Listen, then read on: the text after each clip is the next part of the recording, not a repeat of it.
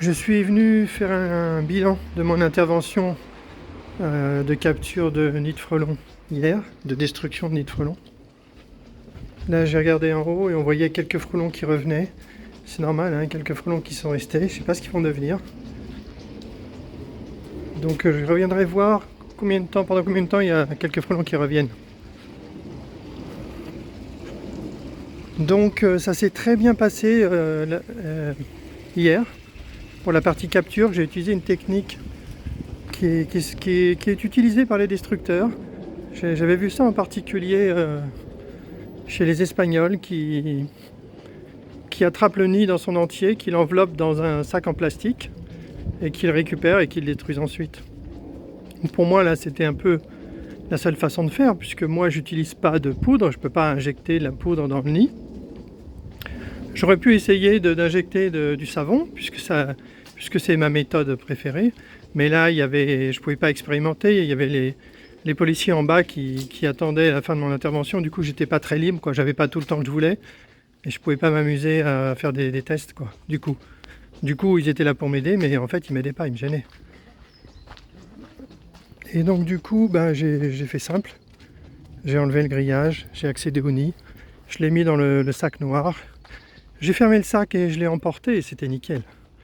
Sauf que là, l'erreur en bas, bien sûr, j'ai voulu montrer le sac de frelons aux policiers qui étaient très curieux, ils étaient intéressés. Plus, il y avait 2 passantes qui étaient là. Et j'ai fait les mêmes erreurs que j'avais fait déjà avec les abeilles, c'est que le sac, il n'est pas vraiment étanche en haut. Il faut vraiment bien le ficeler pour qu'il soit étanche, sinon il n'est pas étanche. Donc dès qu'on met le sac vertical, tous les insectes vont vers le haut. Et puis là, il y a 2-3 frelons qui ont fusé du sac, qui m'ont sauté dessus. Alors ensuite, j'ai été un petit peu foudroyé, quoi. La piqûre de frelon, c'est pas du tout comme la piqûre d'abeille. Ça, c'est un côté électrisant. On sent pas une piqûre, en fait, on sent une sorte de décharge. Pas une décharge électrique, mais une décharge terrible. J'ai eu l'impression d'avoir été piqué par 2-3 frelons, en fait. Probablement un seul frelon. Parce que je vois mal que 3 frelons m'auraient piqué exactement au même endroit. C'est pas possible. Du coup, je pense peut-être qu'il n'y a eu qu'une seule piqûre, mais vraiment très très forte. Donc je ferai vraiment très attention la prochaine fois à ça.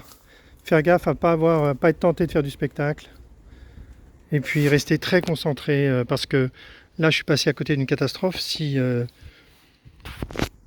les policiers, bon à la limite c'est les policiers, c'est les professionnels, mais si les passantes là s'étaient fait piquer, et si elles s'étaient retrouvées avec la tête que j'ai eue après, je pense que là je me serais fait très mal voir par les policiers. Donc il faut vraiment faire attention, quoi. Donc moi je me suis retrouvé, au début très rapidement on a moins mal. La piqûre ne dure pas, la douleur ne dure vraiment pas très longtemps. Ensuite on s'observe gonfler. Donc moi j'avais la lèvre, la partie droite pour moi de la lèvre qui s'est mise à gonfler très vite. Ensuite l'autre partie, ce qui fait que j'avais toute la lèvre supérieure qui était gonflée style caricature Instagram.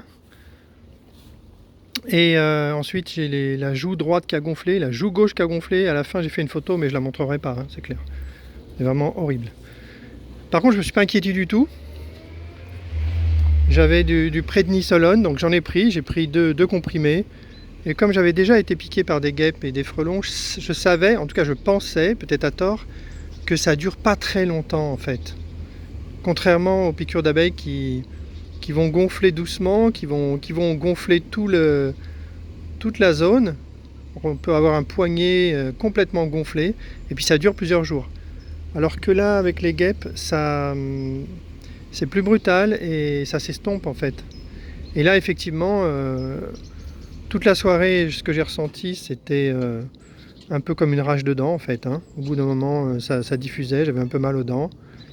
Et puis, mais j'ai mis beaucoup de froid aussi. J'ai trouvé des glaçons dans le frigidaire et j'ai passé beaucoup de glaçons sur les lèvres pendant assez longtemps.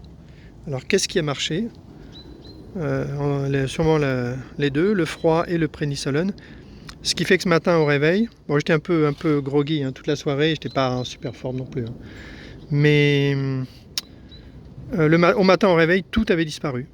C'était fini. Plus aucune gonflure, rien. Donc pas mal. Ça veut dire que je dois vraiment pas être allergique au venin de frelons. Tant mieux pour moi, comme je ne suis pas non plus au venin d'abeilles qui me pique et qui me fait même pas gonfler. Alors je montre le résultat. Ma technique de destruction des frelons au savon marche magnifiquement. Qu'est-ce que j'ai fait hier soir? Je suis revenu, enfin hier après-midi, après m'être un peu remis de mes aventures. Je suis revenu ici et j'ai pris ma bonbonne, mon pulvérisateur avec une pompe, et j'ai pulvérisé du savon, du PEC. Alors bientôt, bien sûr, à un moment donné, je ferai attention à utiliser un savon écologique, quelque chose qui ne pollue pas, bien sûr. Mais là, comme c'est un peu expérimental, et voilà, et j'ai aspergé tout le sac. Évidemment, en plus, c'est un sac, ça traverse, hein, c'est du maillage. Donc le liquide traverse et tous les frelons sont morts. On voit là, il y a un frelon qui reste vivant. C'est dérisoire, hein. Il y a plein de larves partout, le nid est explosé. Voilà, c'est parfait, hein. Ce qui veut dire que la technique marche à coup sûr. La vraie technique, c'est de boucher le trou du nid en dessous avec un petit peu de mousse expansive. On enferme les frelons, donc on évite qu'ils s'enfuient. Et comme par exemple, on critique la méthode du tir au fusil parce qu'en fait, on éparpille tous les frelons et ils vont se reconstruire un peu plus loin. Donc c'est critiqué pour ça.